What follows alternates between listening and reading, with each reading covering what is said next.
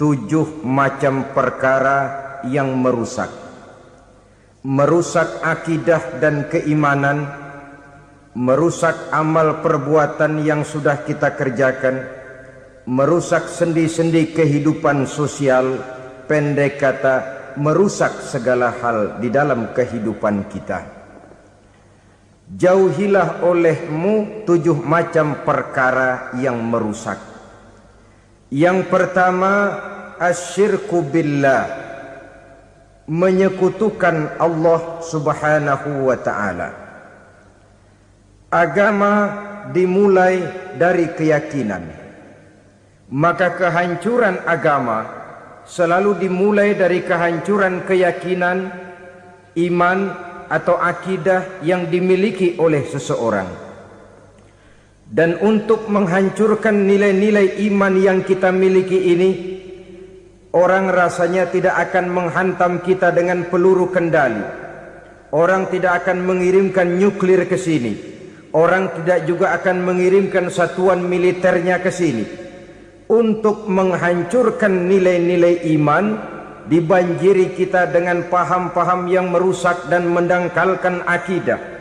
Baik ia bernama materialisme, baik ia bernama sekularisme, baik ia bernama banjirnya maksiat dan munkarat, baik ia bernama banjirnya peradaban dan kebudayaan yang menghancurkan moral daripada anak-anak kita, sedikit demi sedikit melenturkan dan melunturkan nilai-nilai keimanan kita, untuk kemudian pada waktunya nilai iman itu akan bertukar dan berganti menjadi nilai syirik kepada Allah subhanahu wa ta'ala. Atau pada sisi lain, menjadikan yang selain Allah sebagai tujuan akhir daripada kehidupan kita. Sedangkan kita sama-sama maklum bahwa di dalam pandangan agama Islam, dosa yang tidak berampun, dosa yang terbesar, termasuk dalam kategori bapak moyangnya dosa, tidak lain adalah syirik, yakni menyekutukan Allah subhanahu wa ta'ala.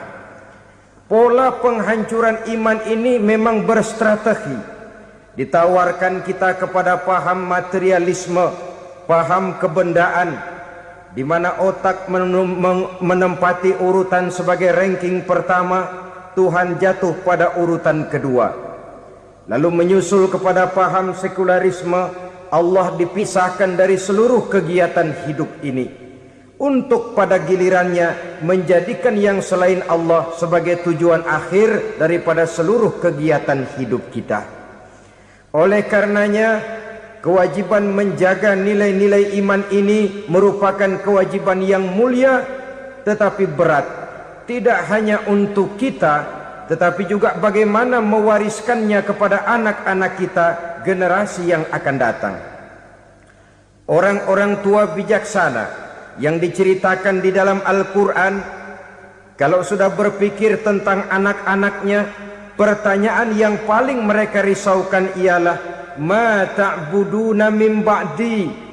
Anakku, kalau pada satu saat aku, ayahmu sudah tidak ada lagi di dunia ini, meninggalkan kamu semua, ma ta'buduna min ba'di, apa yang akan kamu sembah nak? Jikalau sekarang ayahmu masih mau ke masjid, masih mau melakukan rukuk dan sujud, masih beribadah menyembah Allah subhanahu wa ta'ala, kalau orang tuamu sudah tidak ada, ma ta'buduna min ba'di, masihkah engkau mau datang ke masjid? Masihkah engkau mau rukuk dan sujud? Masihkah engkau mau menyembah Allah subhanahu wa ta'ala? Pertanyaan ini yang dipikirkan oleh Nabi Yakub kepada putra-putranya. Pertanyaan ini yang diteruskan oleh Nabi Ibrahim kepada anak-anaknya. Pertanyaan ini yang diwariskan oleh generasi ulama'us salafus saleh kepada para generasi berikutnya. Bagaimana kita generasi sekarang? Kita orang-orang tua sekarang bukan berfikir ma ta'buduna min ba'di, malah yang kita fikirkan ma ta'kuluna min ba'di.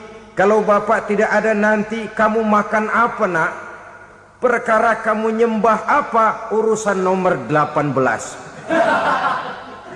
Yang penting kamu nanti hidup bisa makan, nak. Maka kita sibuk mewariskan harta kepada anak-anak kita. Kita sibuk mewariskan kebun dan tanah kepada anak-anak kita. Kita sibuk mewariskan pabrik kepada anak-anak kita. Sementara kita lupa mewariskan intan yang paling mahal, mewariskan mutiara yang paling berharga, yaitu nilai iman kepada Allah Subhanahu wa ta'ala. Alangkah baiknya apabila warisan harta, warisan tanah dan kebun, warisan rumah dan pabrik didasari lebih dahulu dengan mewariskan nilai iman kepada Allah Subhanahu wa ta'ala. Sebagai orang-orang tua, kita boleh bersedih kalau anak kita tidak mengerti komputer. Kita boleh bersedih kalau anak kita tidak mengerti matematika. Kita boleh bersedih kalau anak kita tidak mengerti bahasa Inggris. Tapi sewajarnya lebih bersedihlah kita orang tua jikalau mempunyai anak yang tidak kenal Allah sebagai Tuhannya, yang kemudian tidak mau rukuk dan sujud kepada Allah Tuhannya. Itulah kemalangan yang paling malang bila kita meninggalkan generasi yang tidak bertauhid kepada Allah Subhanahu wa ta'ala. Betapapun anak kita tidak ngerti komputer, saudara, paling-paling kerugiannya cuma kerugian dunia. Masuk dia ke alam barzakh, munkar nakir tidak akan sempat tanya kau belajar komputer apa tidak. Kumpul dia di padang mahsyar, malaikat juga tidak akan tanya matematikamu nilainya berapa. Yang ditanya kau kenal Allah, kau rukuk dan sujud kepadanya, kau pernah datang ke masjid. Oleh karena itu sekali lagi, menjaga nilai iman tidak hanya untuk kita, tetapi juga mewariskannya kepada anak-anak kita, generasi yang akan datang. Sungguh kemalangan yang paling besar apabila kita meninggalkan anak-anak kita.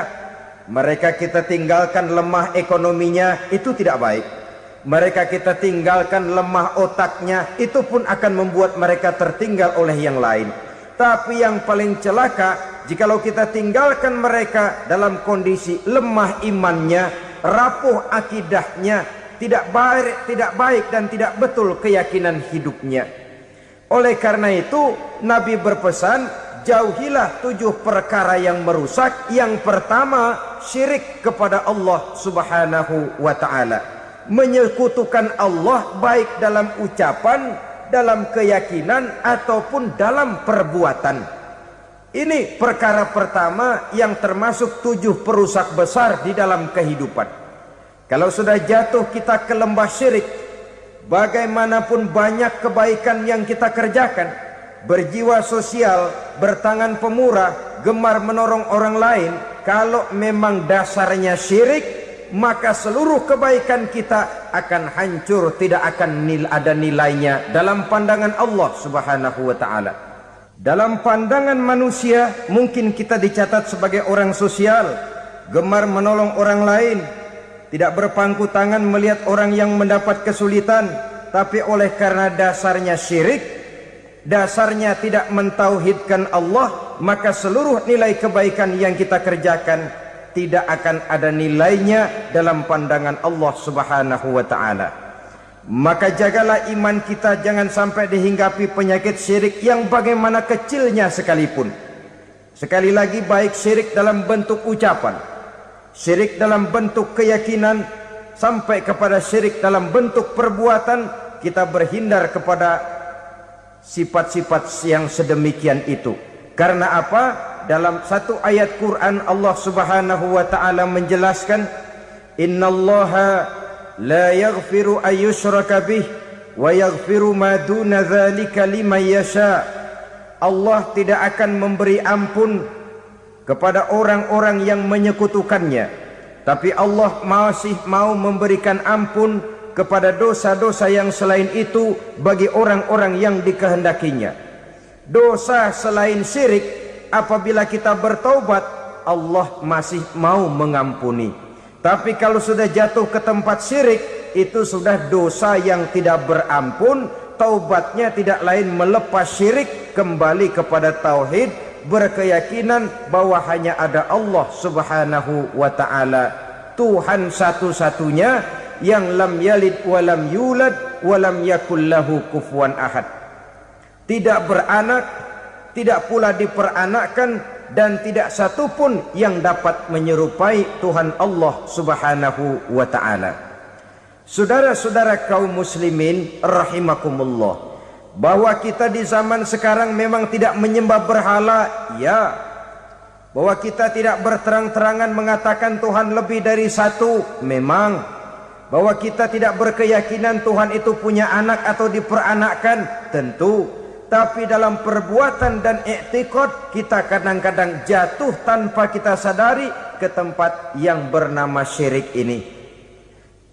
Oleh karenanya, di zaman di mana teknologi makin canggih, di mana kemajuan pembangunan makin menjangkau berbagai aspek kehidupan, diperlukan keseimbangan antara kemajuan fisik material dengan kemajuan mental spiritual. Apabila tidak ada keseimbangan, yang terwujud tentulah kepincangan, yang diawali dengan pincangnya cara kita berpikir, sehingga pada akhirnya akan mengarah kepada pincangnya cara kita berbuat dan bertindak di dalam kehidupan kita. Oleh karena itu Nabi berpesan, jauhilah sifat syirik, karena syirik merupakan dosa yang teramat besar. Ini sifat merusak yang pertama. Yang kedua kata Nabi, wasihra, jauhilah sihir. Sihir ini juga termasuk perkara yang merusak kehidupan. Kita semua sama-sama maklum bahwa sihir sebenarnya bukan persoalan baru. Sejak sebelum datang Islam, sihir itu sudah ada. Di zaman Yunani kuno, sihir ada. Di zaman Mesir kuno, di zaman Cina kuno, dan yang lain-lain yang serba kuno, sihir itu sudah ada. Bahkan para nabi pun, para rasul yang diutus oleh Allah Subhanahu wa ta'ala, senantiasa berhadapan dengan ahli-ahli sihir untuk menguji kebenaran dari misi yang mereka bawa. Sihir adalah perbuatan di luar kebiasaan yang bisa dikerjakan oleh ahlinya dengan bantuan jin atau setan. Hukum mempelajari sihir adalah haram, mengamalkannya lebih haram lagi. Sebab itu saudara-saudara, sihir merupakan perbuatan merusak yang harus kita jauhi. Ciri-ciri daripada perbuatan sihir, pertama, ia mengandung tipuan, bayangan khayal. Di zaman Nabi Musa misalnya, orang melihat tambang-tambang itu seperti ular. Nabi Musa melayangkan tongkatnya menjadi ular-ular besar yang memakan ular-ular kecil ciptaan tukang-tukang sihir Fir'aun tadi. Lalu sihir bisa terjadi dengan bantuan jin kafir atau setan. Kemudian ciri yang ketiga, sifatnya halus dan tersembunyi. Taruh kata ada seorang ahli sihir yang mempergunakan ayat-ayat Quran sebagai jompa-jampe, sebagai baca-bacaan, itu cuma sekedar kedok. Tujuannya tidak lain menjadikan agama sebagai ketok untuk membenarkan cara yang dimurkai oleh Allah Subhanahu wa ta'ala. Satu hadis yang diriwayatkan oleh Imam Bazar dan Tabrani, Nabi berpesan, laisa minna man tatayyara lahu au takahhana au tukuhhina lahu au sahira lahu. Tidak termasuk ke dalam golonganku, kata Nabi. Tidak termasuk umatku. Siapa mereka? Man tatayyara lahu, orang yang bertatoyur. Apa tatoyur itu? Dari kalimat toyaro, artinya terbang. Toir biasa diartikan dengan burung. Tatoyaro percaya kepada suara-suara burung. Man tatoyaro lahu, mempercayai, meyakini dengan benar-benar kepada suara beburungan. Kan suka ada itu, nah bunyi burung tuh, maling liwat. Maling liwat. Burung bunyi, maling liwat. Itu termasuk tatoyaro lahu, percaya kepada suara burung. Kan aneh kalau suara orang nggak dipercaya, suara burung malah dipercaya. Ada ustadz ceramah, kiai ngaji, nggak mau didengerin, burung dengerin bener. Nah, suaranya dari sebelah mana? Belah kulon. Nah, itu tandanya ano. Habis dihitung-hitung. Itu termasuk tatoyaro lahu. Au takahana, atau bertenung, au tukuhina, atau minta ditenungkan, au sahirolahu, atau melakukan perbuatan sihir, atau minta disihirkan. Laisa minna, tidak termasuk ke dalam golonganku, kata Nabi. Sehingga dengan demikian saudara-saudara, menghadapi sihir dengan sihir sekalipun termasuk perbuatan yang tidak diajarkan oleh agama. Kita kan mempelajari sihir untuk jaga diri, tidak apa-apa. Yang dilarang mengamalkannya, dilarang juga mempelajarinya.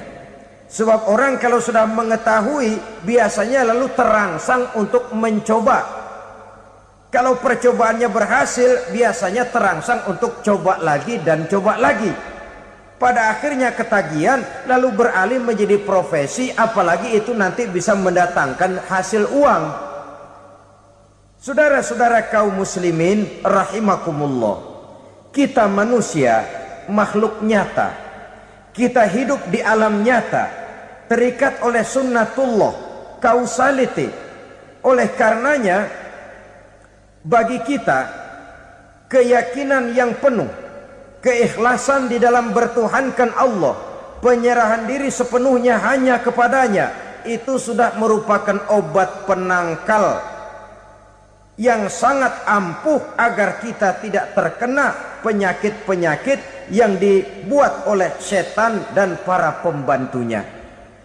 Sehingga beberapa ayat Quran mengajarkan, misalnya a'udzu bikalimatillahi tammati min syarri ma khalaq, atau bismillazi la yadurru ma'asmihi syai'un fil ardi wala fis sama, dengan menyebut nama Allah yang tidak bisa mendatangkan bahaya sedikit pun, dari baik yang datang dari langit maupun yang datang dari bumi.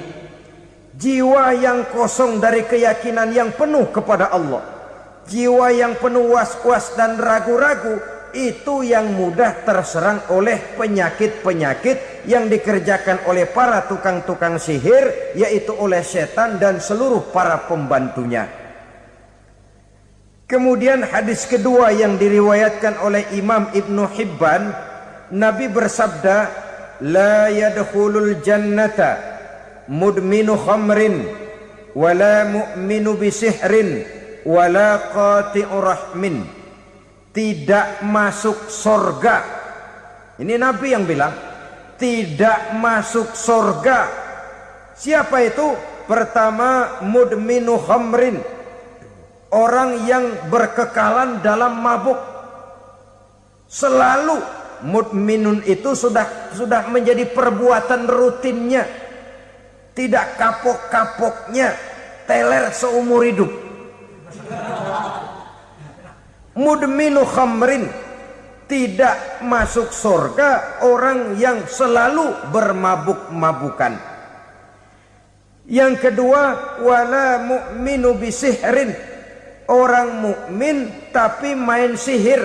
Ini juga oleh Nabi diperingatkan, tidak akan masuk surga orang mukmin tapi suka main sihir. Wala qati'u rahmin, dan tidak juga orang yang memutuskan silaturahmi. Tiga macam manusia yang diperingatkan Nabi tidak akan masuk surga: orang yang selalu mabuk, orang mukmin yang main sihir, dan orang yang memutuskan silaturahmi. Saudara-saudara kaum muslimin rahimakumullah. Lalu orang berkata, kenapa dilarang kita bersihir? Padahal Rasul sendiri kan punya mukjizat. Nah, kita memang harus membedakan antara mukjizat dengan sihir. Dalam kehidupan agama kita kenal ada yang namanya mukjizat, ada yang namanya karomah atau keramat biasa diucapkan, ada yang namanya maunah, ada yang namanya irhas, ada juga yang namanya sihir. Kesemuanya ini berbeda, saudara-saudara. Yang dinamakan mukjizat itu khusus untuk para rasul saja. Satu kejadian luar biasa yang terjadi dilakukan oleh rasul atas izin dari Allah Subhanahu wa taala. Perbedaannya dengan sihir jelas. Sihir dari setan, mukjizat dari Allah. Sihir bisa dipelajari, mukjizat tidak. Sihir umumnya untuk maksud-maksud yang tidak baik, sedangkan mukjizat untuk memperkuat kebenaran yang disampaikan oleh para rasul dan ditentang oleh umatnya. Bahkan kafir Quraisy dahulu menganggap orang-orang ahli sihir itu berada dalam satu posisi yang hina, sehingga mereka mengatakan dan menuduh Nabi Muhammad sebagai tukang sihir. Tuduhan sebagai tukang sihir adalah tuduhan yang sangat aib dan hina. Di tengah masyarakat kufar jahiliyah, kedudukan tukang sihir dipandang sebagai kedudukan yang hina, sehingga mereka mengejek Nabi dengan sebutan tukang sihir. Jadi mukjizat hanya untuk Rasul saja. Kemudian karomah. Karomah ini asal kata dari karoma, kehormatan, kemuliaan yang diberikan Allah kepada hamba-hambanya yang rajin mendekatkan diri kepadanya. Oleh karena ketekunannya melaksanakan ibadah, Allah memberikan keistimewaan kepada orang itu, yang dengan keistimewaannya dia bisa mengerjakan yang tidak bisa dikerjakan oleh orang lain. Karomah hanya bisa dicapai dengan prestasi ibadah. Kalau sihir, mau ibadah apa enggak, asal dia belajar, bersatu dan berteman dengan setan, memenuhi persyaratan-persyaratan setan, biasanya lalu bisa. Sedangkan karomah tidak mungkin terwujud tanpa orang mendekatkan diri sedekat-dekatnya kepada Allah Subhanahu wa ta'ala. Maka kita lihat biasanya orang-orang yang punya ilmu sihir, mukanya rata-rata nggak enak dilihat. Kumuh, jauh dari air wudhu, jauh dari sujud kepada Allah, malah berteman dengan setan, menjadi pelayan-pelayannya setan. Saudara-saudara, adapun maunah, keistimewaan yang diberikan Allah kepada hamba-hambanya yang belum sampai kepada tingkat wali, tapi orang itu lebih banyak kebaikannya daripada kesalahannya. Umpamanya, saudara jalan bertiga di pinggir jalan, saudara ada pada posisi di tengah, lalu bertiga ini ketabrak mobil. Menurut perhitungan saudara mati lebih dahulu. Tapi terjadi hal yang aneh, dua teman saudara mati, saudara malah cuma luka dan lecet sedikit saja.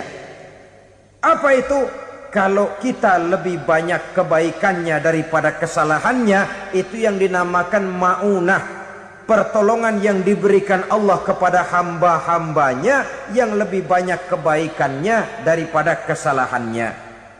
Sedangkan yang dinamakan irhas, kejadian luar biasa pada diri seseorang pada waktu dia masih kecil, yang menunjukkan tanda-tanda keistimewaannya. Itu umumnya pada para nabi pada usia kecilnya sudah ada irhas, tanda-tanda istimewa. Jelas baik mukjizat, karomah, maunah maupun irhas berbeda dengan sihir.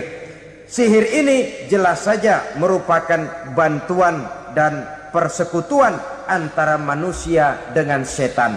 Padahal setan, kata Allah dalam Al-Quran, innahu lakum aduwwum mubin, sesungguhnya setan bagi kamu adalah musuh yang sangat jelas.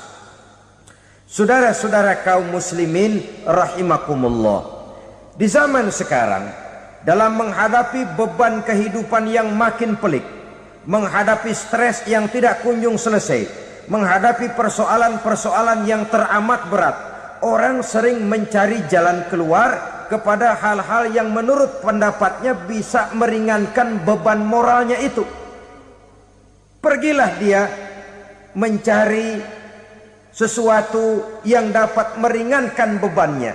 Dan tidak jarang yang jatuh ke pangkuan tukang-tukang tenung, ke pangkuan tukang-tukang sihir, yang mereka itu oleh Quran dijelaskan kadzabal munajjimun walau sodaku. Tukang-tukang tenung, tukang-tukang sihir, mereka itu bohong walaupun benar. Maksudnya bohong walaupun benar artinya kalau yang mereka kerjakan benar, itu sih kebenaran. Benar dengan kebenaran itu lain. Kebenaran, kebetulan bisa, tapi tidak untuk selalu. Apalagi kalau itu sudah membahayakan kehidupan orang lain. Jadi oleh karena itu Nabi berpesan, jauhilah daripada sihir.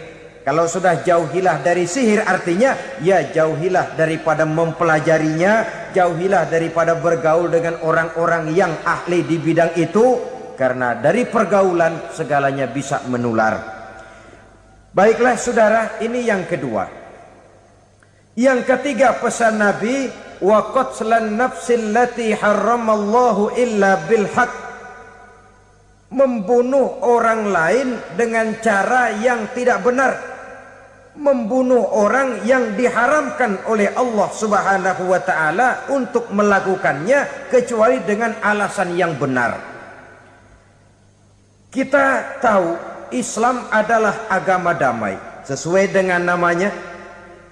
Ia tidak dikembangkan dengan pedang dan kekerasan. Ia dikembangkan dengan keteladanan dan tuntunan moral. Oleh karena Islam bukan agama kekerasan, Islam pun tidak mementingkan dan mengajarkan kekerasan kecuali dengan alasan yang benar dan bisa dipertanggungjawabkan. Membunuh dengan sengaja, menghilangkan nyawa orang lain tanpa alasan yang bisa dibenarkan adalah merupakan dosa besar dan satu di antara 7 perkara yang bisa mendatangkan kerusakan dalam kehidupan dan yang hendaknya harus kita jauhi. Saudara-saudara kaum muslimin rahimakumullah, beberapa waktu yang lalu di sebuah kota kecil yang indah bernama New Auckland. Saudara tahu New Auckland? Itu dari Gunung Kidul masih ngidul lagi. Pernah diadakan satu seminar yang membicarakan bagaimana menyelamatkan masyarakat manusia dari bahaya Perang Dunia Ketiga. Diperkirakan kalau terjadi Perang Dunia Ketiga, manusia tidak akan tersisa. Sebab apa? Pada waktu itu cadangan nuklir yang dimiliki oleh bersama Amerika dan Rusia konon sudah sanggup memusnahkan 6 miliar manusia pada saat jumlah manusia baru 5 miliar. Jadi kelebihan nuklir dunia ini. Kalau terjadi Perang Dunia Ketiga, sulit manusia untuk tersisa. Maka dibahaslah di dalam seminar itu, wah, supaya tidak terjadi Perang Dunia Ketiga, maka perlombaan membuat senjata-senjata canggih, alat-alat pembunuh modern harus segera dibatasi. Dibahas, tidak mungkin kita membatasi perlombaan membuat senjata. Kenapa? Makin maju ilmu dan teknologi, makin canggih senjata yang ditemukan. Atom sudah meningkat menjadi nuklir, nuklir sudah meningkat menjadi neutron, dan kita tahu bom yang bernama neutron ini bom yang cukup membunuh tanpa perlu merusak. Artinya kalau dia diledakkan di kota kita ini, bangunan utuh, jembatan tidak ambruk, rumah-rumah tetap berdiri, tapi semua yang bernama hidup mati. Itu katanya lebih sopan dari bom atom. Sebab kalau si atom ini sudah membunuh, merusak pula. Neutron cukup membunuh saja tanpa perlu merusak. Jadi majunya senjata-senjata teknologi sebagai akibat yang logis dari kemajuan ilmu pengetahuan ini tidak bisa kita batasi. Dan memang sebenarnya yang bahaya bukan senjatanya, tapi manusia yang mengendalikan senjata itu. Mereka kembali kepada prinsip the man behind the gun. Bukan senjatanya yang bahaya, tapi manusia yang mengendalikan senjata itu yang bahaya. Walaupun senjatanya modern, katakanlah model M16 umpamanya, kalau yang mengendalikannya orang beriman, insya Allah aman. Tapi biar megang cuma senapan angin, kalau yang megang orang brutal, ngeri kita deket-deket. Apalagi kalau memang bukan ahlinya menggunakan senjata, bisa ngeker kaki kena jidat.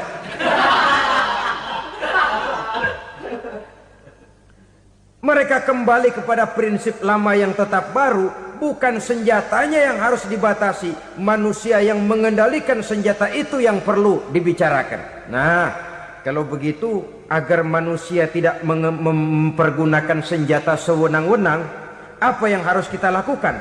Ya, manusianya harus bermoral. Ya, tapi moral yang mana? Di dunia ini banyak ajaran tentang moral. Itu pun mudah saja. Di sini kan kita undang saja ahli dari berbagai agama untuk membicarakan konsep perdamaian menurut agamanya masing-masing. Baik, setuju itu? Setuju. Maka tampillah para ahli agama, mereka kembali kepada prinsip moral daripada konsep yang terkandung di dalam ajaran agama untuk menegakkan perdamaian. Mula-mula naiklah ahli dari agama Hindu, dibacakan konsep perdamaian menurut ajaran agama Hindu, bahwa untuk damai manusia harus meninggalkan nafsu keduniaannya, menempuh samsara dan sebagainya untuk mencapai nirwana, menjauhi kemegahan dan kemewahan dunia. Ini lalu dibahas, rasanya juga tidak mungkin ini. Kemudian dari agama Nasrani, bahwa untuk damai manusia harus menciptakan sifat kasih sayang. Kalau ditampar pipi kiri, berikan pipi yang kanan. Kalau diberikan selendang, berikan baju. Nanti orang kasihan, lalu dia tidak akan nampar lagi. Ketika ini dibahas, ternyata rasanya pun tidak mungkin bisa diterima. Karena apa? Di zaman sekarang orang ditampar pipi kiri, dikasih pipi kanan. Bukan kasihan, gemes. Damai belum tentu, bonyok udah jelas. Lalu ketika dibacakan konsep perdamaian menurut Quran, di mana disampaikan ayat wa jazaa'u sayyi'atin sayyi'atun misluha faman afa wa aslaha fa ajruhu 'ala Allah. Balasan terhadap satu kejahatan adalah kejahatan yang seimbang, tetapi barang siapa yang memberi maaf dan mencari jalan damai, itulah yang terbaik dan akan mendapat pahala dari Allah Subhanahu wa taala. Kamu tidak salah ditampar pipi kirimu, tampar lagi pipi kirinya sekeras dia menampar pipi kirimu. Nanti orang tidak mau menampar kita karena dia tahu kalau dia tampar kita, dia akan menderita tamparan sekeras dia menampar kita. Akan terjadilah prinsip saling hormat menghormati, tidak saling ganggu, tidak saling usil, tidak saling jahil. Atas dasar ini perdamaian bisa ditegakkan. Mereka bisa menerima konsep ini, tapi kemudian seminar ditutup tanpa satu keputusan resmi. Kenapa? Terus terang mereka kagum dengan konsep Islam, tapi sentimen lama terhadap nilai-nilai Islam telah menutup mata mereka untuk menerima kebenaran dari ajaran Al-Quranul Karim. Saudara-saudara kaum muslimin rahimakumullah, kembali kita kepada persoalan pokok. Roh adalah dari Allah. Dia akan kembali kepada Allah, milik mutlak dari Allah. Tidak pantas kita merampasnya dari orang lain. Tidak wajar kita menghilangkannya tanpa alasan yang dibenarkan oleh agama. Di zaman sekarang akibat persaingan hidup yang makin tajam, lapangan kerja yang makin sulit, tensi ekonomi yang makin tinggi, atau karena nilai moral yang makin rendah, atau juga karena rapuhnya pegangan orang kepada agama, nyawa rasanya sudah sedemikian murahnya. Berbagai kasus membuat berdiri bulu roma kita. Ada mayit, ada manusia dipotong 6, dicincang macam kambing. Ada yang dipotong 5, ada yang dipotong 13, dikardusin, dibuang ke tempat sampah. Inna lillahi wa inna ilaihi raji'un. Gejala apa ini? Kanibalisme. Manusia sudah demikian sadisnya, manusia sudah sedemikian buasnya, sehingga sesama manusia diperlakukan seperti hewan. Padahal hewan sendiri belum pernah macan makan macan, bagaimanapun buasnya macan. Belum pernah serigala memakan serigala, bagaimanapun brutalnya serigala. Tetapi manusia makan manusia di zaman sekarang kadang jadi kenyataan dalam kehidupan kita. Kadang persoalannya remeh saja. Soal uang 200 perak, pisau bicara, nyawa melayang. Soal rokok sebatang, celurit bicara, nyawa melayang.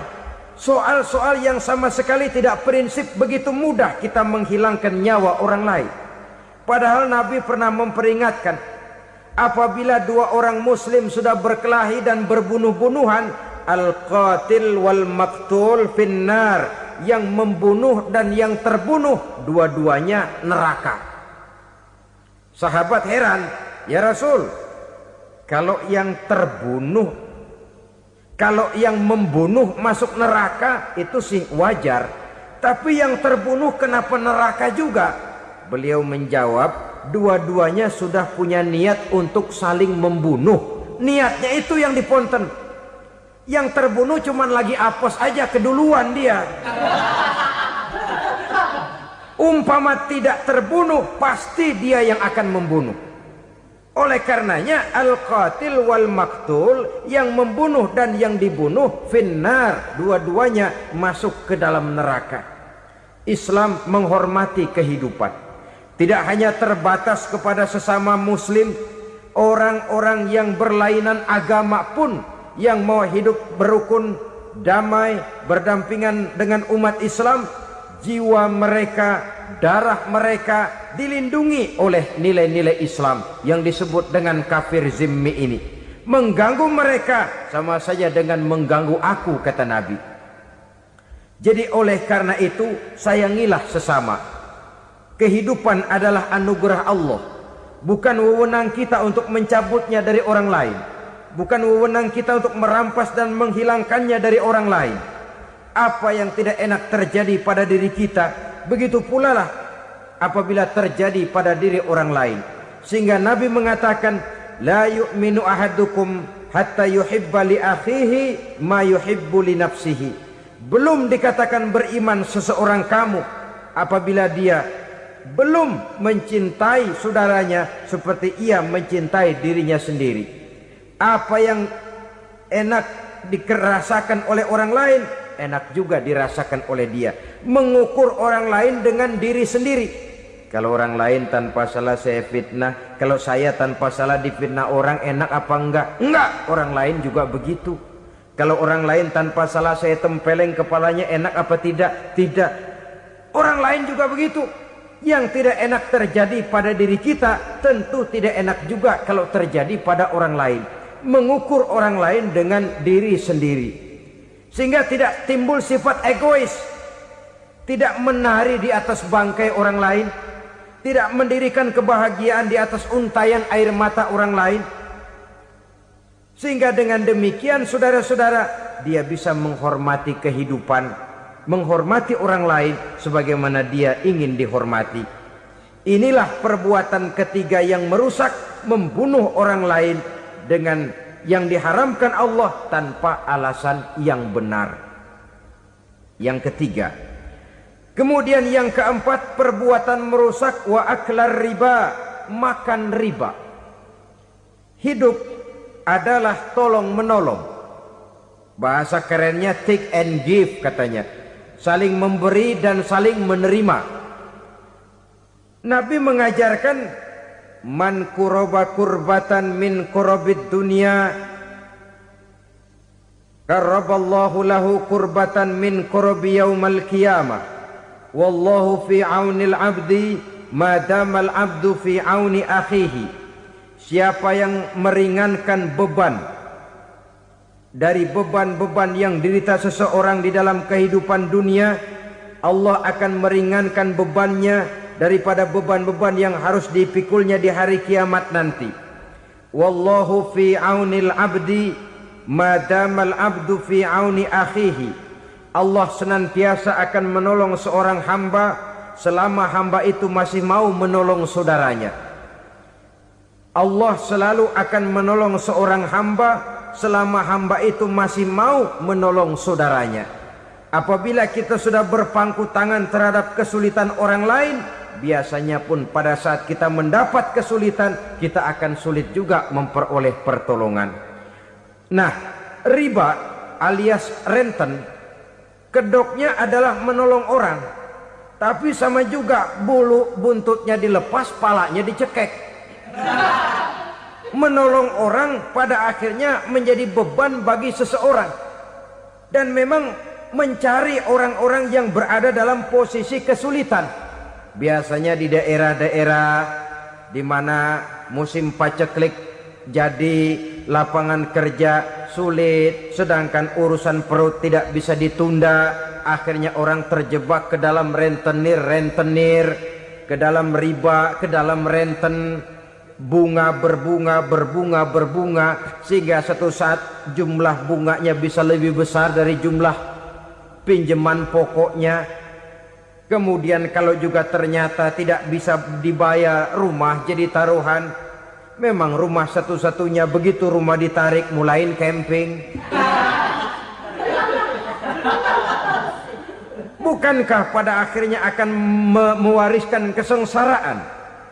Oleh karena itu, kepada kita berusahalah jangan berhubungan dengan rentenir, jangan makan renten dan riba. Kepada mereka yang melaksanakan riba, walaupun mendatangkan keuntungan materi, tapi percayalah harta yang didapat dengan jalan riba tidak akan membawa keberkahan.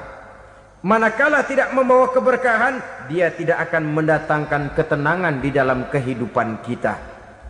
Oleh karenanya, memakan harta riba termasuk perbuatan yang merusak sendi-sendi kehidupan sosial, merusak kehidupan orang lain, merusak kehidupan masyarakat, tetangga, pergaulan dan sebagainya.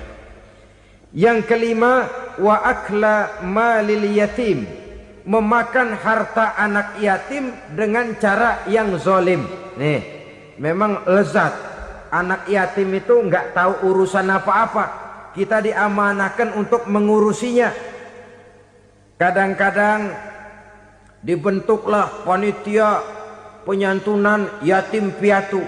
Yatimnya mah tetap kelaparan, panitianya yang pada gendut.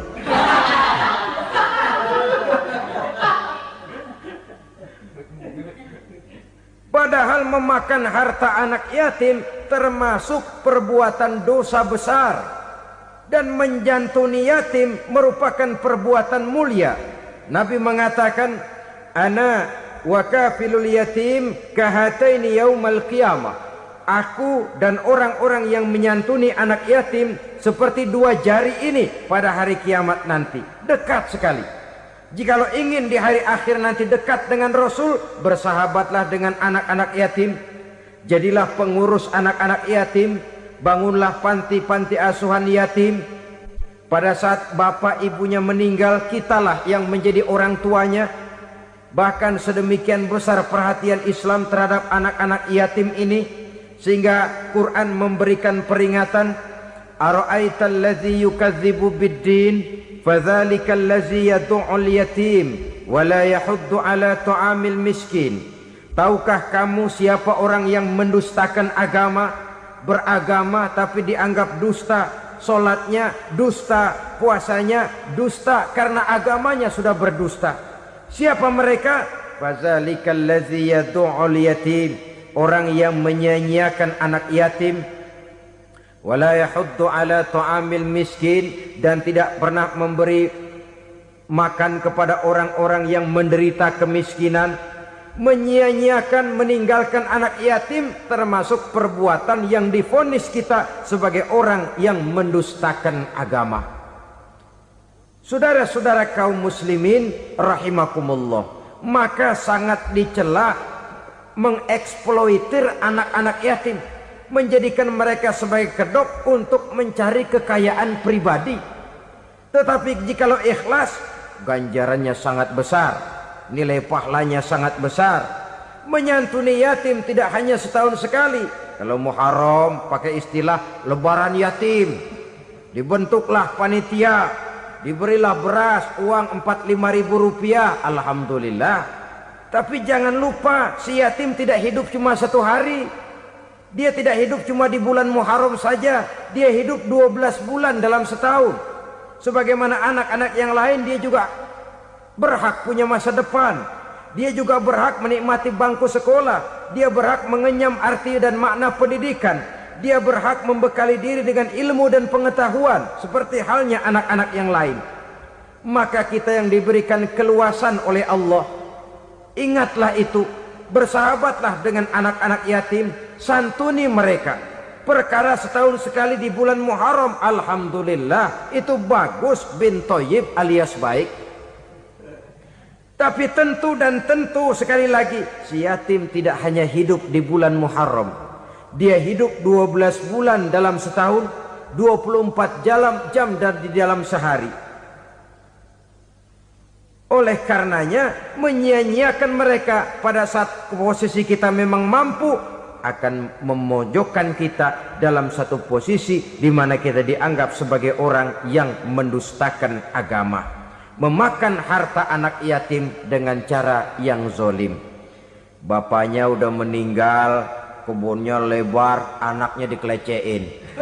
Nah, dah kamu gak usah pusing, nanti saya yang ngurus. Akhirnya bukan ngurus, nguras.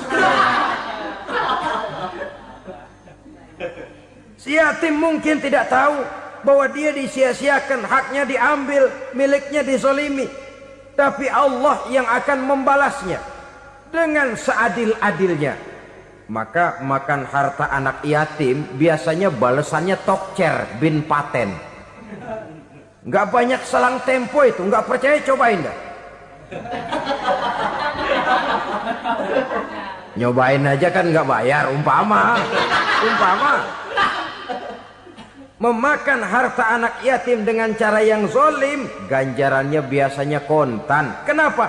Ratapan si miskin, untayan air matanya, jeritan kepedihan hatinya, membuka pintu langit, permohonannya diijabah, getaran hatinya didengarkan oleh Allah. Maka balasannya biasanya kontan, spontan, tidak menunggu waktu terlalu lama. Itu di dunia, belum lagi di akhirat nanti. Bukankah dalam riwayat Mi'raj diceritakan Nabi melihat di neraka itu orang perutnya sebesar rumah. La haula wala quwata. Itu perut kayak rumah, bagaimana jalannya tuh orang. Dan memang gak jalan, diseret-seret oleh malaikat di neraka itu. Hancur perutnya, amburadul itu perut. Berantakan isinya, dibulatkan lagi, diseret lagi, hancur lagi, dibulatkan lagi. Sampai Nabi tanya, orang itu begitu berat siksanya kenapa ya Jibril? Itu Muhammad, waktu di dunia dulu rakus banget makan harta anak yatim. Begitu vonisnya, begitu menyedihkan nasibnya di akhirat. Tapi di dunia pun ketidakberkahan itu sudah membayangi kehidupannya. Oleh karena itu, kepada saudara-saudara yang mendapat titipan anak yatim, berbahagialah, karena semulia-mulia rumah adalah rumah yang di dalamnya ada anak yatim yang disantuni. Sehina-hina rumah adalah rumah di mana di dalamnya ada anak yatim yang disia-siakan. Begitu kata Nabi kita. Rumah yang paling mulia dalam pandangan Allah, rumah yang di dalamnya ada anak yatim yang disantuni. Rumah yang paling hina dalam pandangan Allah, rumah yang di dalamnya ada anak yatim yang nasibnya disia-siakan. Berbahagialah saudara apabila menjadi penyantun anak-anak yatim, pelindung mereka, sehingga mereka mempunyai masa depan sebagaimana anak-anak lainnya. Rasulullah sendiri sedemikian peka terhadap keadaan anak-anak yatim karena beliau sendiri memang mengalami umur 6 bulan dalam kandungan ibu, beliau sudah ditinggalkan oleh ayahnya. Pada saat berusia 6 tahun ibu sudah meninggal. Yatim piatu dalam usia di mana beliau sedang perlu belas kasih seorang ibu dan pengertian seorang bapa. Kepekaan itu lalu timbul, bahkan kemudian sampai kepada beliau berkata, aku dan orang yang menyantuni anak yatim seperti jari tengah dan jari telunjuk di hari akhirat nanti. Sedemikian dekatnya. Baiklah ya, jadi yang kelima, memakan harta anak yatim. Jauhi karena ini perbuatan yang merusak. Yang keenam, watawalli yaumaz zahfi, melarikan diri pada hari pertempuran. Apa ini? Khianat. Tidak konsekuen dengan konsep perjuangan. Pada mulanya keras benar teriak, berantas korupsi, ganyang korupsi. Cuma karena belum dapat giliran. Begitu dia naik dapat kesempatan, korupsinya lebih edan dari yang diteriakinya. Ini termasuk tawalli yaumaz zahfi, berpaling pada hari peperangan. Di saat menghadapi musuh, kalau belum kelihatan musuh, teriaknya nyaring bener. Jangan takut demi kebenaran sampai titik darah yang paling penghabisan. Musuh belum kelihatan. Begitu musuh sudah kelihatan, paling dulu lari ke belakang. Kalau diajak berjuang ada saja alasannya. Sehingga Quran memberikan peringatan kepada kita semua. Mengapa kamu ini berat?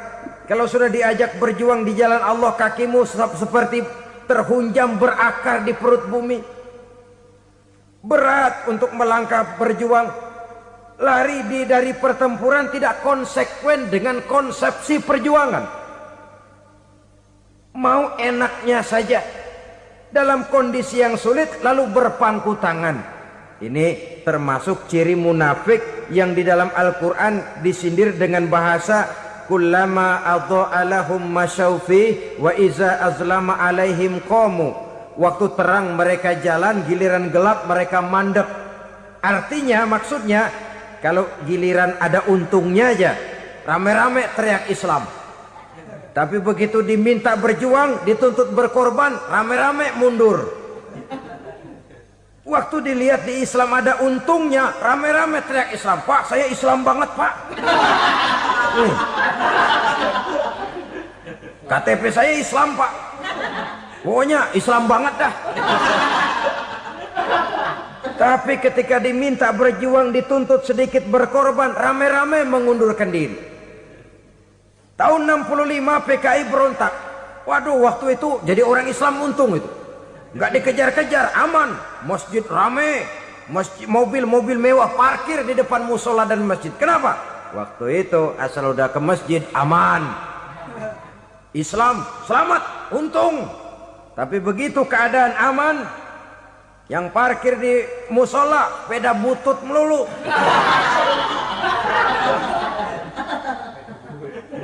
Waktu terang mereka jalan, waktu gelap mereka berhenti.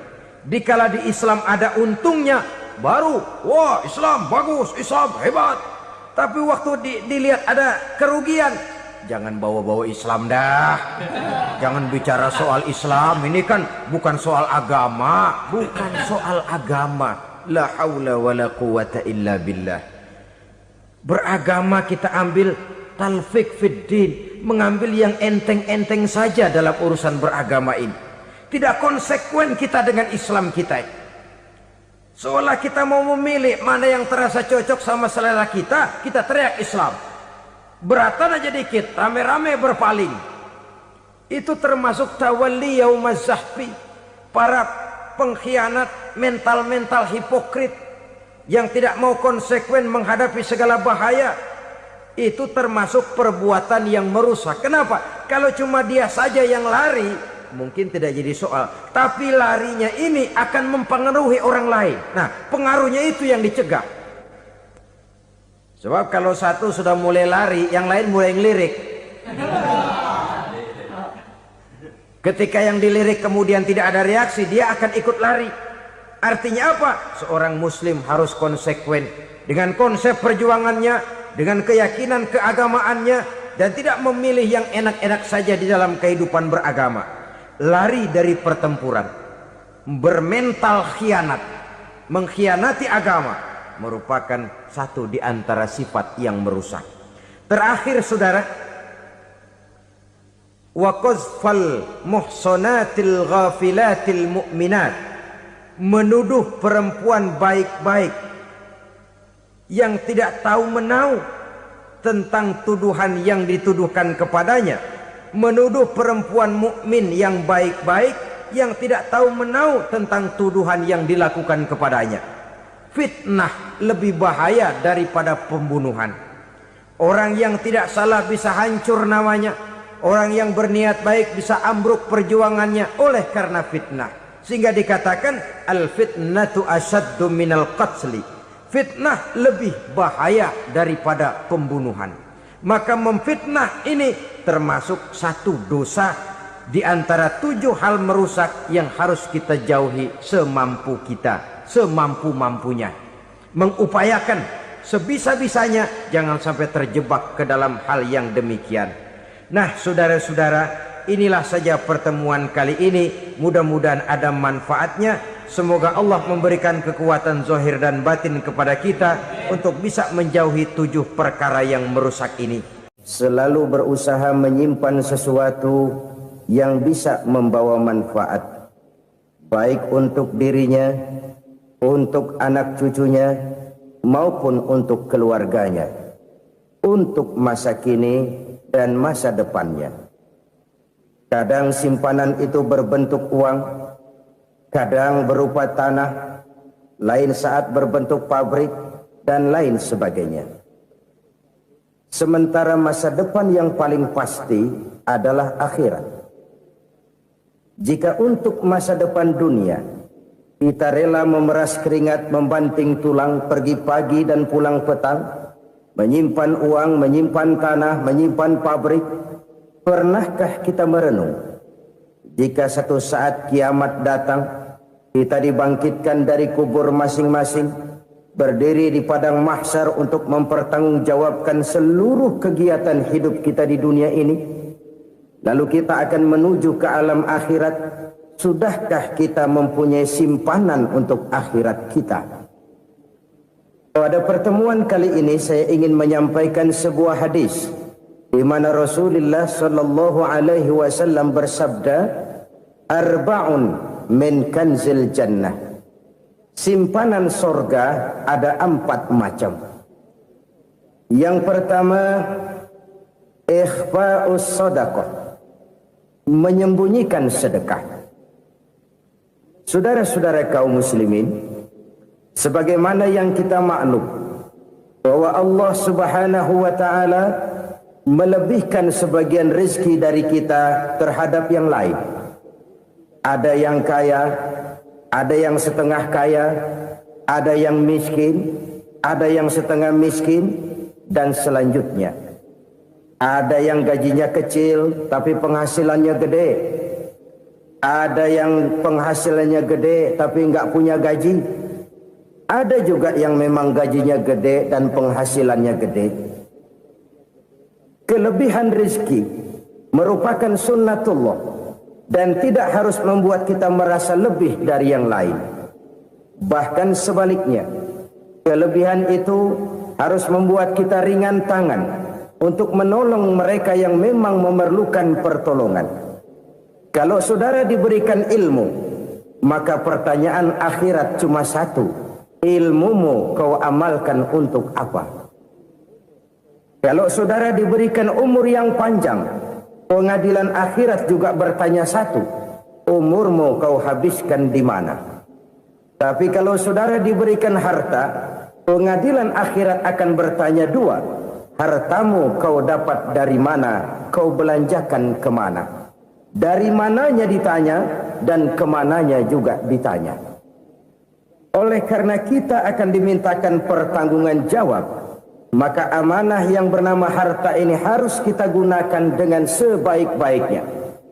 Ada penggunaan yang merupakan kewajiban, itu zakat namanya. Ada penggunaan yang sewaktu-waktu, itu infak namanya. Ada yang lebih sewaktu-waktu lagi, dan itu sedekah namanya.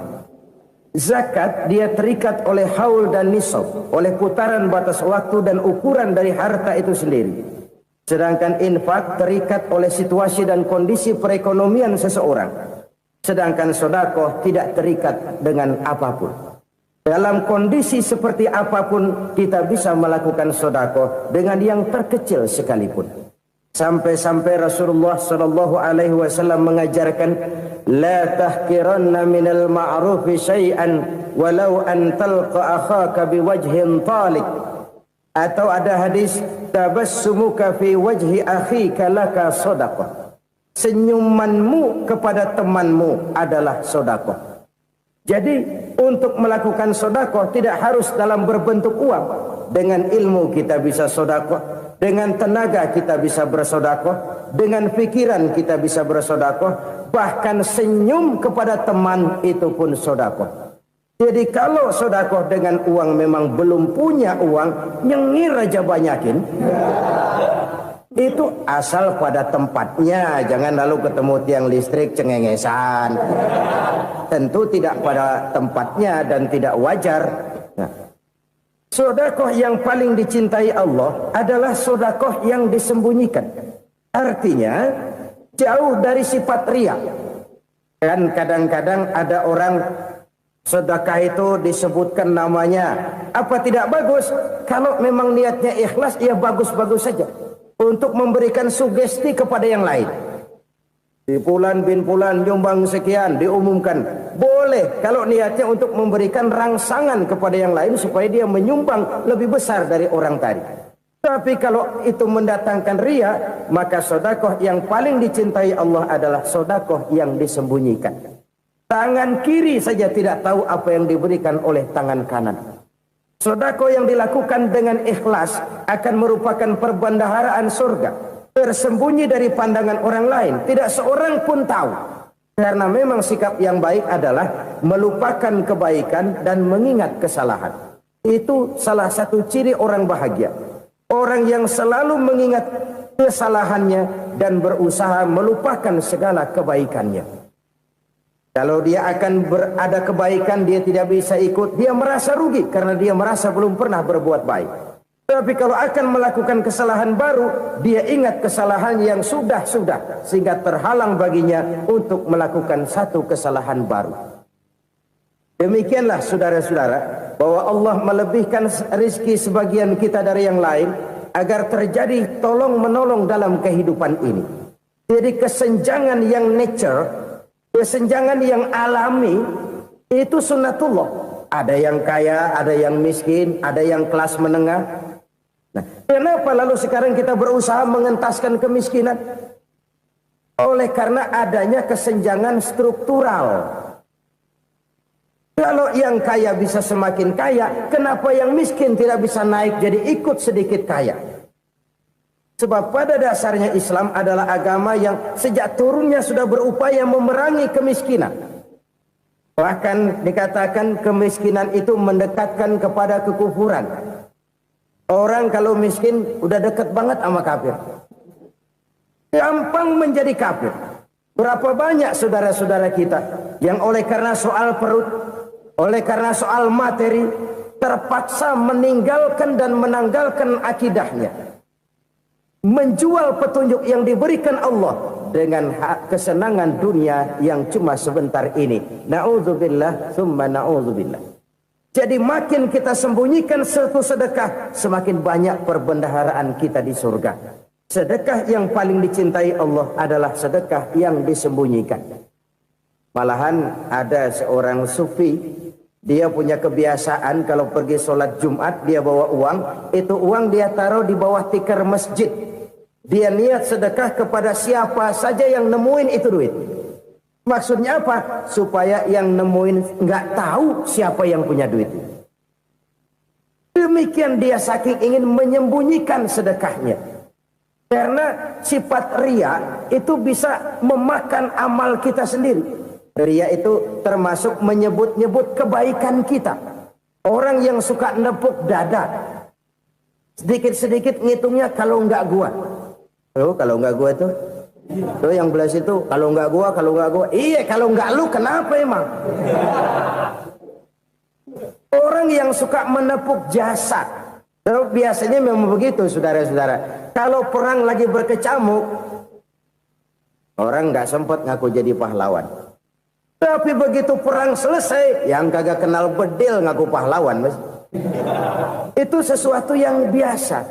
Oleh karenanya, orang-orang yang ikhlas dalam bersedekah, disembunyikannya sedekah itu, Allah cinta betul. Malahan ada hadis memberikan jaminan, inna shadaqatal mar'il muslimi tazidu fil umri wa tadfa'u mitatas su'i. Sesungguhnya sedekahnya seorang mukmin tazidu fil umri, bisa menambah umur panjang, wa tadfa'u mitatas su'i, dan menyelamatkan manusia dari mati secara su'ul khatimah. Jadi siapa yang kepengen panjang umur, banyaklah sedekah. Yang bosan hidup, pelit terus. Sedekah menambah panjang umur dan menyelamatkan manusia dari mati secara su'ul khatimah. Pak, katanya umur itu nggak bisa ditambah, nggak bisa dikurangin. Kapan? Kalau ajal sudah datang. Wa idza jaa ajaluhum la yastakhiruna sa'atan wa la yastakdimun. Kalau ajal datang tidak bisa dimajukan, tidak bisa dimundurkan. Itu kalau ajal sudah datang. Tidak bisa lagi umur ditambah dikurangi, sudah datang. Tapi kalau belum datang, itu kan haknya Allah. Mau ditambah, mau dikurangi, hak prerogatif Allah. Sebagai pencipta manusia, Allah maha kuasa dan maha mampu. Sedekah ini menambah panjang umur dan menyelamatkan manusia dari mati secara su'ul khatimah. Orang mati kan sama ya, kondisinya mati, nggak nafas. Tapi hakikat mati kan lain-lain. Ada yang mati itu husnul khatimah, baik akhirnya. Misalnya lagi ngaji mati, lagi sholat mati, lagi sedekah mati. Ini yang dinamakan dengan husnul khatimah, baik di akhirnya. Sebaliknya ada yang su'ul khatimah, jelek di akhirnya. Ini yang jadi catatan akhir. Lagi nyekek botol, mampus. Lagi banting kartu, modar. Su'ul khatimah, jelek pada akhirnya. Sedekah menyelamatkan manusia dari mati secara su'ul khatimah. Dan kita semua kepengen mendapat husnul khatimah, jauh dari su'ul khatimah. Oleh sebab itu yang bisa menyelamatkan kita dari penyakit itu antara lain adalah sedekah yang disembunyikan, yang dikerjakan dengan ikhlas karena Allah. Tidak karena kepengen dipuji orang, tidak karena ingin dikatakan orang pemurah, sebab orang dermawan itu orang yang memberi tanpa harus diminta. Kalau masih harus diminta, ya belum dermawan namanya, masih harus diminta. Kalau nggak diminta ya tulus, lolos, polos. Saudara-saudara kaum muslimin rahimakumullah. Harta adalah amanat dan akan kita pertanggungjawabkan. Allah melebihkan rizki sebagian kita dari yang lain agar kita saling tolong menolong, bantu membantu. Nabi janjikan siapa yang meringankan beban saudaranya muslim di dunia, Allah akan meringankan bebannya di akhirat nanti. Sebuah jaminan dari baginda Nabi. Si orang yang kita bantu barangkali tidak bisa membalas, Allah yang akan membalas lewat jalan lain yang tidak pernah kita sangka-sangka. Ada orang tanya, Pak, ini ada orang nyumbang masjid sambil marah-marah, bagaimana? Saya bilang sumbangannya aja ambil, marahnya jangan. Marahnya jangan diambil, itu urusan dia. Saudara-saudara kaum muslimin rahimakumullah. Umat Islam ini kan umat yang punya potensi besar. Kadang kita merenung, kenapa kadang-kadang pembangunan masjid kok lambat sekali? Kalau hotel hari ini peletakan pertama, bulan depan peresmian. Supermarket hari ini peletakan batu pertama, minggu depan peresmian. Tapi kalau sudah yang namanya masjid, kadang-kadang peletakan batu pertama sekaligus jadi batu terakhir. 3 tahun, 4 tahun, campur nebar jalak di jalanan, duit dijaring kayak ikan sepat. Apa tidak ada orang Islam yang kaya? Banyak. Apa tidak ada pengusaha muslim yang jadi konglomerat? Ada. Lalu yang belum banyak itu yang komit terhadap nilai-nilai agamanya. Akhirnya kita jatuh jadi umat yang lemah. Belum ada pengusaha konglomerat muslim buka pabrik supermi cap beduk misalnya umpamanya atau pabrik kecap cap sorban supaya identitas keislamannya sedikit kelihatan. Kita jatuh jadi umat yang lemah karena potensi tidak terinventarisir dengan baik. Kita ini ibarat kompor yang cuma matengin nasi orang lain. Potensi kita dimanfaatkan oleh orang lain. Ukhuwah Islamiyah kita baru terbatas kepada silaturahmi. Ukhuwah di bidang ekonomi kita lemah. Ukhuwah di bidang kebudayaan kita lemah. Apalagi ukhuwah di bidang politik kita lebih rapuh lagi. Padahal ukhuwah itu adalah totalitas kehidupan manusia. Menyangkut ipolek sosbud. Memerlukan nilai-nilai ukhuwah. Jadi oleh karena itu mari kita menyadari. Di dalam harta kita, walaupun kita yang cari, pergi pagi, pulang sore, peras keringat, banting tulang, di sana ada harta anak yatim. Di sana ada hak masjid.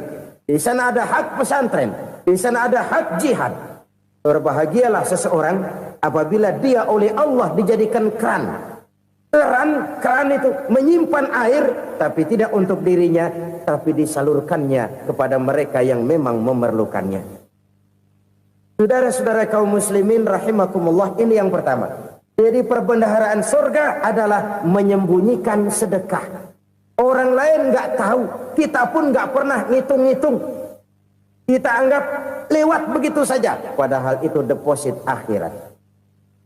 Satu. Yang kedua, perbendaharaan surga itu apa? Wa kitmanul musibah, menyembunyikan kesulitan. Kadang orang takut menghadapi kesulitan. Tapi makin kita merenung, hidup ini kan sebenarnya urusan. Takut sama urusan ya jangan hidup. Tandanya orang hidup itu kalau punya urusan. Urusan melupakan problem. Problem sering menimbulkan kesulitan. Kesulitan bukan untuk ditakuti, tapi untuk diatasi dan dicarikan jalan keluarnya. Siapa sih orangnya yang nggak pernah sulit-sulit? Makin tinggi status sosialnya, makin gede urusannya. Makin tinggi kualitas imannya, makin berat tingkat kesulitannya. Cuma memang yang namanya enak itu seperti pelangi. Biang lala itu nggak pernah di atas kepala kita, di atas kepala orang melulu. Lo sih enak lo, kata kita. Dia juga bilang, yang enak kan lo. Pelangi itu nggak pernah di atas kepala kita. Kata tukang beca, aduh enak ya naik Mercy. Kata tukang beca, apa yang di dalam mobil Mercy? Aduh enak bener tukang beca, di jok ngeringkuk ngorok pulas bener.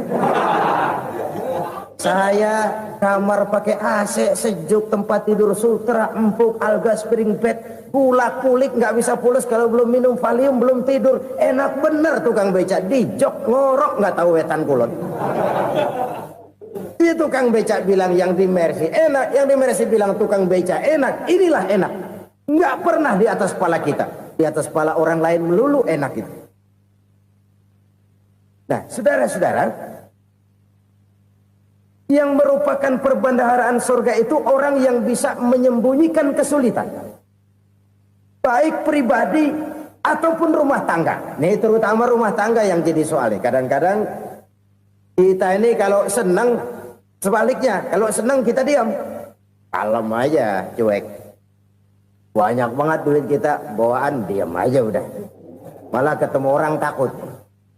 Tapi begitu susah, sekampung tahu. Padahal Nabi mengajarkan perbendaharaan surga itu menyembunyikan musibah, menyembunyikan kesulitan. Kalau enak, cerita sama orang-orang. Kalau nggak enak, rasain sendiri, tekan sendiri, atasin sendiri. Kita kan sebaliknya. Senang kita diam, asal lagi susah, paling tidak kita nyari teman buat cerita kesusahan. Siapa orangnya yang nggak pernah susah? Cuma soalnya bagaimana kita mengatasi kesusahan itu sendiri. Begitu juga misalnya kalau orang sudah berumah tangga, itu orang tuanya harus menjadi tempat dia cerita yang enak-enak saja. Yang nggak enak rasain berdua, selesaikan berdua, atasin berdua. Jangan dibalik. Asal senang diam, giliran susah saja. Maknya laporan.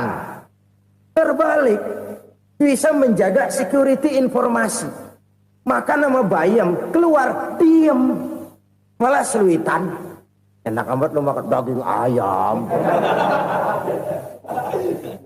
Security informasi. Saudara-saudara kaum muslimin rahimakumullah. Ujian yang terberat itu yang pernah diberikan kepada para nabi, para rasul, para aulia, para ulama. Makin tinggi keimanan, makin berat bentuk kesulitan. Ayo saya kemukakan satu contoh saja. Ada seorang nabi yang kaya, nabi kaya, namanya Nabi Ayub. Iblis kalau orang begini kan keki.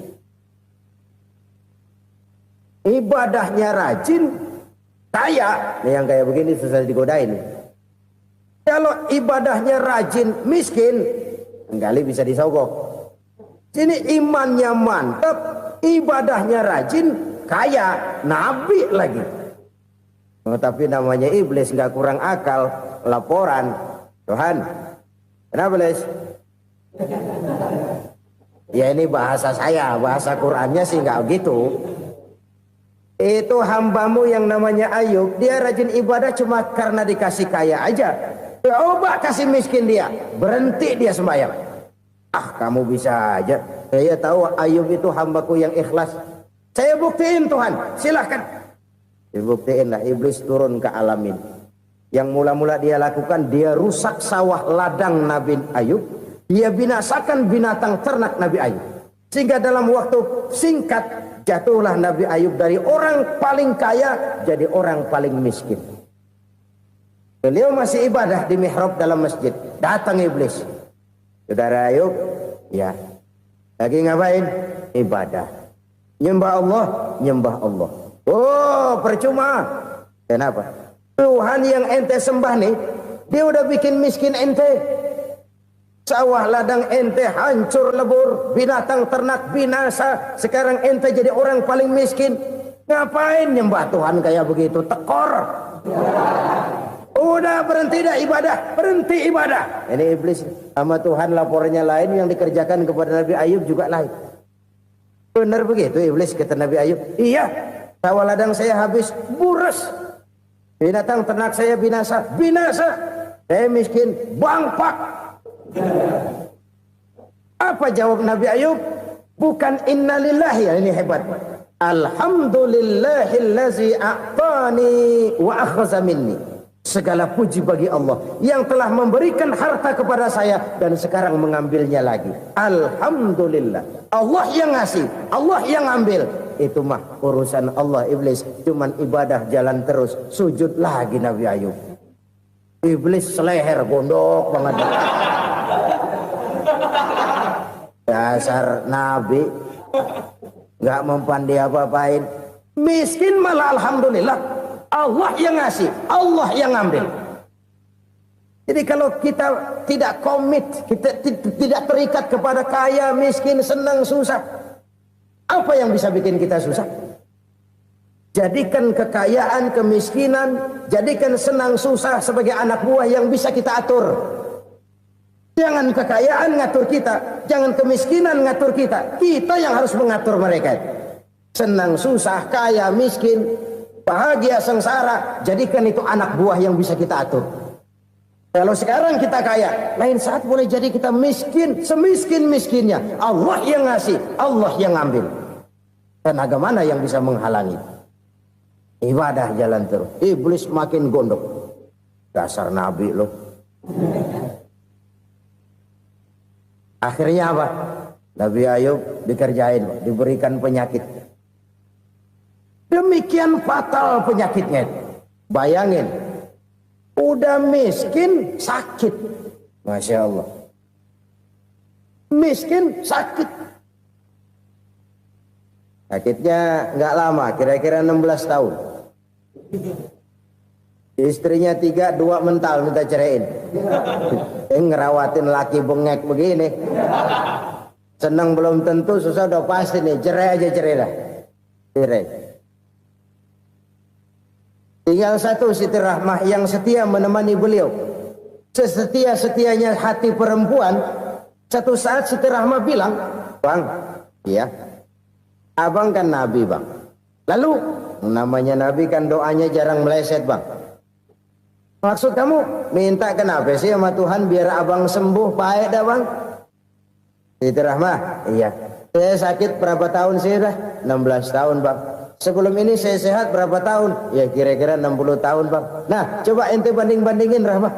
Saya dikasih sehat 60 tahun, dikasih sakit 16 tahun. Sudah nggak sabar mau doa kepada Allah minta sembuh. Saya malu kepada Allah. Diuji dengan yang luar biasa seperti ini, tidak mengganggu stabilitas kehambaannya. Dia tetap menghamba kepada Allah Subhanahu wa ta'ala. Saudara-saudara kaum muslimin rahimakumullah. Kunci menghadapi kesulitan itu apa? Allah jelaskan dalam satu ayat, "Wa basyiris sabirin alladzina iza asabathum musibah qalu inna lillahi wa inna ilaihi raji'un." Gembirakan orang-orang yang sabar. Siapa mereka itu? Yang apabila mendapat musibah mereka kembali kepada keyakinan dasar. Segalanya dari Allah dan segalanya akan kembali kepada Allah. Ini konsepsi dasar dari sikap muslim dalam menghadapi berbagai kesulitan. Segalanya dari Allah, segalanya akan kembali kepada Allah. Kalau ini sudah kondisi dasarnya, maka kita akan lapang menghadapi kenyataan bagaimanapun pahitnya. Apakah itu namanya miskin, apakah itu namanya sakit, bahkan maut sekalipun. Maut sekalipun. Segalanya dari Allah, segalanya akan kembali kepada Allah. Ini sikap hidup, bukan sekedar ucapan. Kita kadang-kadang menjadikannya sebagai ucapan. Mulutnya sehingga berhenti, innalillahi wa inna ilaihi raji'un, tapi nangisnya terus gerung-gerungan. Bukan itu, ini kesadaran moral. Kalau segalanya dari Allah, segalanya kembali kepada Allah, kan sebenarnya cuma nunggu giliran. Hari ini saya nyembayangin dia, entah hari apa saya disembayangin orang. Hari ini saya antar dia ke kubur, entah hari apa orang nganterin saya ke kubur. Hari ini saya tahlilkan dia, entah nanti kapan orang tahlilkan saya. Segalanya dari Allah, segalanya akan kembali juga kepada Allah. Oleh sebab itu saudara-saudara, kesulitan bukan untuk ditakuti. Kesulitan justru untuk diatasi, dicarikan jalan keluarnya. Dan tidak ada orang yang tidak pernah mendapat kesulitan. Tidak ada. Semakin tinggi status sosial, semakin tinggi kualitas keimanan, semakin besar juga tingkat kesulitan. Hanya saja bagaimana cara kita mengatasinya. Dan Al-Quran menyatakan, "Innama al-usri yusra." Di balik kesulitan itu pasti ada kemudahan. Roda itu berputar. Karena itu Rasulullah sallallahu alaihi wasallam mengingatkan kepada kita, "Ta'arraf ila Allahi fir raha ya'rifka fis syiddah." Ingatlah kepada Allah di waktu kamu senang, supaya Allah ingat kepada kamu di waktu kamu susah. Kalau waktu senang kita ingat kepada Allah, kita susah, Allah tidak akan meninggalkan kita. Tapi kalau waktu senang kita jauh dari Allah, sujud tidak sempat, dengan masjid jauh, ketika senang kita lupakan Allah. Nanti begitu kita susah, Allah lupakan kita. Dan itu menyakitkan. Oleh karena itu orang-orang tua kita dulu bilang, kalau lagi sehat ingat-ingat lu bakal sakit nanti. Kalau lagi kaya ingat-ingat satu saat kita bakal jatuh miskin. Bahkan kalau lagi muda, ingat-ingat kita bakal tua. Dan yang terpenting, kalau lagi hidup, ingat-ingat kita bakal mati. Saudara-saudara kaum muslimin rahimakumullah. Jadi yang kedua yang merupakan perbendaharaan surga, menyembunyikan musibah. Saudara-saudara kaum muslimin rahimakumullah. Hal ketiga yang merupakan perbendaharaan surga adalah wasilatur rahmi. Orang yang suka bersilaturahmi. Sebagaimana yang kita maklum bahwa manusia adalah makhluk yang disebut zon politika. Makhluk sosial yang tidak mungkin hidup sendiri-sendiri. Betapa dan siapapun kita memerlukan orang lain. Bodoh betul manusia kalau tinggal di tengah masyarakat tapi tidak mau bermasyarakat. Merasa hebat sendiri, pintar sendiri, gagah sendiri, kaya sendiri. Mungkin kalau mati juga ngubur sendiri. Jangankan kita di sini, di sorga saja Nabi Adam waktu sendirian bengong melulu, mondar mandir. Allah tegur dam sepi dam. Ya ini kalau bahasa saya. Iya Tuhan, sepi ini nggak ada coret-corekan pisan ini. Diciptakan Siti Hawa baru anteng Nabi Adam. Itu di surga. Cobalah. Umpamanya saudara tinggal di Jakarta nih. Kayak bener. Apaan aja di Jakarta punya saudara dah. Pembuatan Semanggi ambil. Monas, Buntel bawa pulang. Hotel-hotel ambil semua. Cuman tinggal di Jakarta sendirian, apa enaknya? Betapa dan siapapun kita perlu orang lain. Tidak ada seorang pun yang bisa memenuhi kebutuhan hidupnya secara sendiri-sendiri. Nah, Islam telah menyelamatkan manusia dari ras diskriminasi. Mengikat manusia dengan persaudaraan yang berlandaskan kepada akidah. Karena itu dianjurkan bersilaturahmi. Bahkan Nabi menyatakan, man arada ayyubsata lahu fi rizqihi wa yunsa'a fi atharihi falyasil rahimah. Siapa yang kepengen diluaskan rezekinya dan dipanjangkan usianya, banyaklah ia bersilaturahmi. Siapa yang kepengen dimudahkan rezekinya, hendaknya ia banyak bersilaturahmi. Kalau banyak teman, kesulitan kan paling tidak ada tempat cerita. Udah susah, sendirian kita pikirin diri, nggak ada tempat tukar pikiran. Cepet banget sama bengek. Dilawan sendiri. Nah, secara makro kita bisa berkata, tidak mungkin ada kemenangan kalau tidak ada kekuatan. Tidak ada kekuatan kalau tidak ada kesatuan dan persatuan. Tidak mungkin ada kesatuan dan persatuan tanpa semangat silaturahmi. Kalau umat Islam mau menang, dia harus kuat. Kalau umat Islam mau kuat, dia harus bersatu. Kalau umat Islam mau bersatu, dia harus membudayakan silaturahmi ini. Bahkan sampai-sampai kata Nabi, kalau bisa cari nilai tambah. Apa? Silman qata'ak. Bersilaturahmilah kau kepada orang yang marah denganmu. Masya Allah, indahnya ajaran agama kita.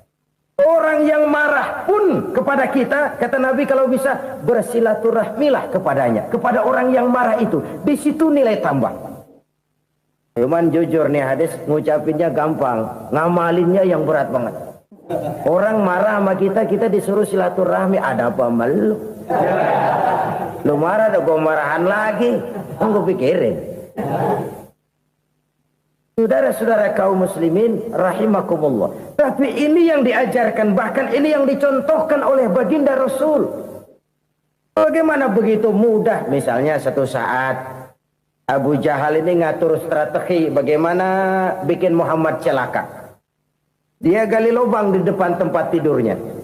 Dia tutupin daun korma. Terus dia panggil seseorang, ke sini.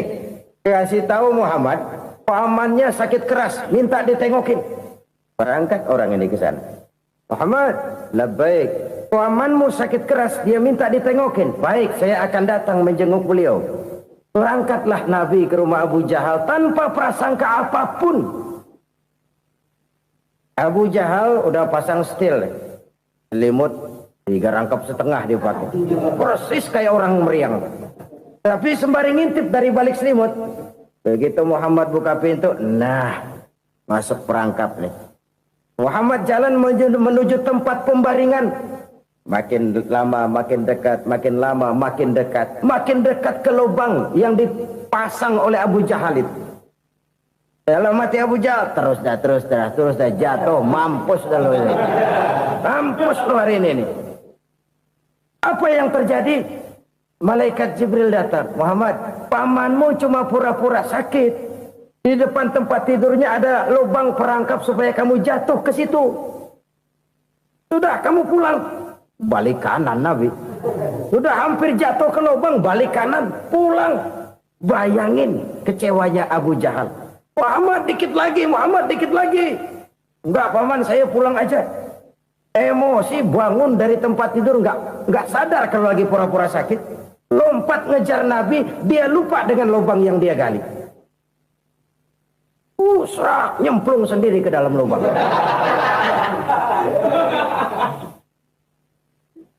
Nabi terus berlalu. Ini terjadi keanehan. Jatuh ke lubang yang dia gali itu sebenarnya nggak terlalu dalam ya. Antara 3-4 meteran lah. Tolong saya jatuh ke lubang ini. Datanglah pelayan-pelayannya itu. Angkat saya dari sini. Oh, yang ngulurin tambang. Satu gulung, belum juga nyampe itu tambang. Kurang, beli lagi ke warung. Lambung, ulur lagi, nggak juga bisa sampai. Wah, ini kerjaan Muhammad ini. Tolong, siapa salah seorang kamu ke rumah Muhammad? Kasih tahu, encangnya kecebur. Minta ditolongin. Sampaikan kepada Rasul. Kenapa? Pamanmu jatuh ke lubang, Muhammad minta tolong diangkatin. Tambang udah nyambung-nyambung nggak nyampe juga. Ya, nanti saya datang, saya tolong. Coba. Nyata-nyata orang berniat jahat mau mencelakakan dia. Datang dia menolong. Ini yang disebut air tuba dibalas air susu ya ini. Bukan sebaliknya. Air tuba dibalas air susu. Paman, kecebur ya? Iya Muhammad, tolong ini. Pegang tangan saya. Nabi ulurkan tangannya. Nyampe. Dipegang oleh Abu Jahal. Diangkat ke atas. Sampai atas. Apa kata Abu Jahal? Sihirmu memang hebat Muhammad. Udah ditolongin dikata sihir. Yang enak kita kemplang kan itu orang begitu. Urusan apa? Tapi inilah akhlak